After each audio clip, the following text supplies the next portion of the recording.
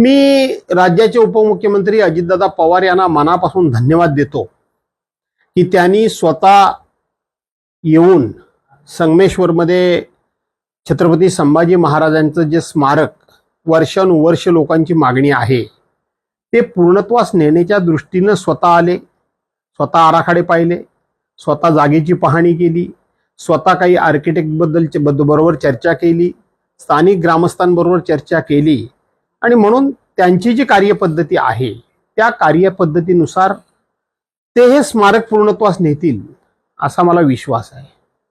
परंतु कालच्या बैठकीमध्ये मला मात्र नेहमीचा अजितदादा पवारांचा स्वभाव दिसला नाही। स्मारकाबद्दल मी बोलत नाही, स्मारक ते पूर्णत्वास नेतील हा विश्वास आहे, पण एकंदरीत त्यांची जी काल वागण्याची कार्यपद्धती होती ती मनाला खटकणारी होती। काल मुंबईच्या ईडी कार्यालयामध्ये आग लागली, महत्त्वाचे कागदपत्र ते ईडीच्या कार्यालयाला आग लागली अशी मी काही बातमी नाही पाहिली। ज्या बिल्डिंगमध्ये ईडीचं कार्यालय आहे त्या बिल्डिंगला आग लागली आणि त्याच्यामध्ये ईडीच्या कार्यालयाला जर आग लागली असेल तर ठीक आहे, ज्यांच्याकरता चक्की पिशिंग पिशिंग पिशिंग म्हणून जे म्हणत होते त्यांचे कागद आता जळिंग जळिंग जळिंग झाले असतील। ज्यांना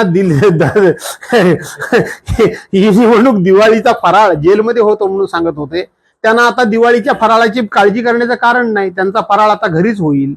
ज्यांना म्हणून त्यांच्या चौकशा लावल्या जात होत्या त्यांच्या चौकशा आता जळून खाक झाल्या जर ईडीच्या कार्यालयाला आग लागली असेल तर, आणि म्हणून त्या जळून खाक झाल्या असं समजून बाकीच्यांना पेढे वाटायला हरकत नाही। या इथंच ग्वाहागरच्या वेशीवर छत्रपती शिवाजी महाराजांचा पुतळा आपण उभा करण्याचा निर्णय घेतलेला आहे।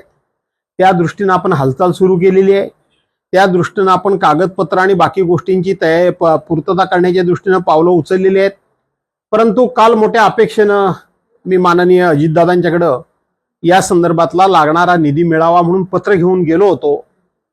मी मगाशीच म्हटलं, मला वाटलं होतं की तुमचा प्रतिप्रश्न येईल की तुम्हाला असं का वाटलं, तर त्याच्यामध्ये माझी अपेक्षा होती की ते माझ्याकडून हा विषय समजून घेतील, थोडंसं या पुतळ्याला सकारात्मक होकार देतील असं मला वाटलं होतं।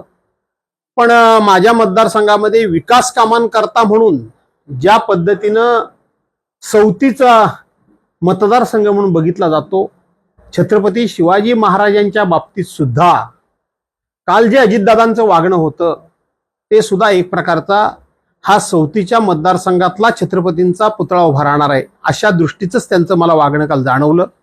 मला हे वागणं खटकलं। मी रोखठोक बोलणारा माणूस आहे आणि कोणाची परवाई करणारा माणूस नाहीये, पण माझी खात्री आहे की ते छत्रपती काल जरी तसे वागले असले तरी त्यांना मी विनंती वजा आव्हान करतो की छत्रपती शिवाजी महाराजांच्या पुतळ्या बाबतीत तुम्ही अशा पद्धतीनं स्थापन्यपणाच्या भावनेनं वागू नका अशी मी विनंती करतो, आणि तसे जर ते वागले तर मी काही स्वस्त बसेन असं नाही। साठे स्कूल प्री प्रायमरी पासूनच करून घेतं फाउंडेशन पक्क करण्याची तयारी, म्हणूनच साठे शिक्षण समूहाच्या कित्येक विद्यार्थ्यांनी घेतलीये करिअर मध्ये उंच भरारी। 2025-26 या शैक्षणिक वर्षाकरिता आपल्या पाल्याचा आजच प्रवेश घ्या।